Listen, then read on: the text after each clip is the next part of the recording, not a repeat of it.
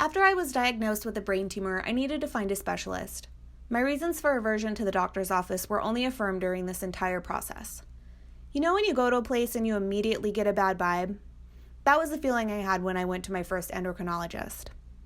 The office was really far away from my home, and when I got there were a lot of sick people in the waiting room. And I know this is a doctor's office, there are going to be sick people, but this was my first visit after being diagnosed, and looking around the room, maybe it was all in my head, and these people seemed sicker than they were, and who's to say what their case was, and who knows, but I felt like a sick person in the waiting room, and I've never really thought of myself as a sick person, so to be in that situation where I'm around sick people and in a doctor's office, because you only go to a doctor when you were sick, it was just really tough for me.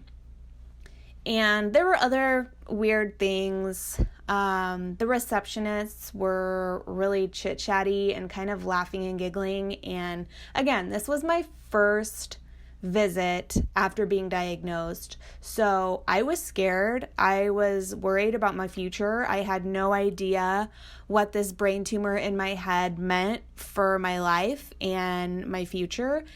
And a couple of receptionists laughing and giggling and talking about who knows what at the doctor's office really kind of pissed me off. And I got a bad vibe from the start. When I was called back, I went with my husband, so he was there with me for moral support. And immediately the doctor pointed out my breakouts. So I get the cystic acne because of this pituitary tumor. So that's obvious. So thank you. Thank you for noticing my skin. Thank you for noticing it's really painful. Yes, they are red and swollen. I know. Yes, that is a side effect. So later, again, bad vibes all around. But at one point she set down her laptop, and no joke, there was a browser tab open with all of this tacky gold jewelry on the page. So not doctor's notes, not like some platform where you're entering all of this data or looking at a patient file, literally a page of jewelry.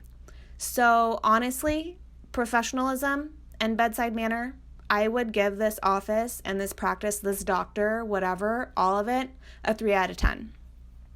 So anyway, if that wasn't enough, the visit was brief. It was very brief. She basically told me that my brain tumor was normal and that a lot of people have it, and basically what we can do now is to monitor it over time. And here, take these meds. You know nothing about them. Take them. Come back in a year. We can talk about it. So obviously I didn't take the script. I felt like I didn't have enough information to just start taking a medication right on the spot. It's glaringly obvious, but this was not a good experience for me. I left without the information I wanted. This was my first visit after being diagnosed, and I knew nothing about this brain tumor. I had never heard of a prolactinoma or a pituitary tumor until about a week before, and I really needed someone to teach me and walk me through what my life was going to look like, and that didn't happen here. So after the visit, I was really defeated. I didn't know where to go until a fast friend of mine actually recommended the Mayo Clinic.